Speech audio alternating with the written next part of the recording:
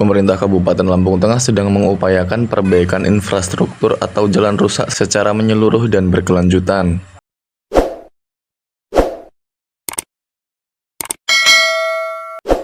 Bupati Lampung Tengah Ardhito Wijaya mengatakan, saat ini dia sedang berfokus pada 3 hal untuk menjawab aspirasi masyarakat.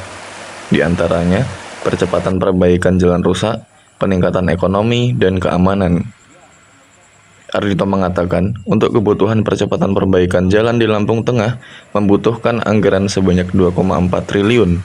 Itu pun hanya untuk semua jalan kabupaten saja. Yang dilaksanakan pemerintah daerah adalah jawaban dari harapan masyarakat. Harapan masyarakat, percepatan perbaikan jalan, peningkatan ekonomi, dan keamanan. Dan tentunya percepatan perbaikan jalan ini cuma 3 caranya. Tingkatkan PAD yang tentunya dia berjangka, mungkin 2026, 2027 kita lakukan berjangka, atau dengan cara dia melakukan pinjaman agar akselerasi terjadi. Yang ketiga dengan cara KPBU. Sebenarnya kebutuhan di Kabupaten Lampung Tengah ini semuanya hampir 2,4 T.